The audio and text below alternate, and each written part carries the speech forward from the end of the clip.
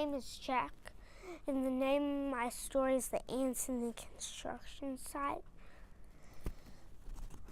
In the middle of the city, there was an anthill by a construction site. There was an ant named Ben. The ants were out hunting for food. Ben came to a crack in the ground because he was getting closer to the construction site.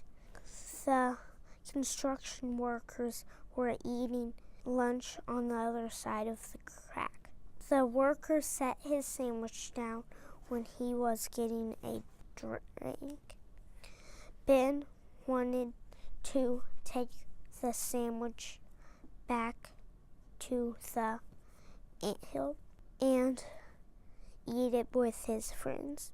He had to think of a way to get across the crack. He found a ramp that went down into the crack. There was a board that went up the other side. Ben climbed down into the crack.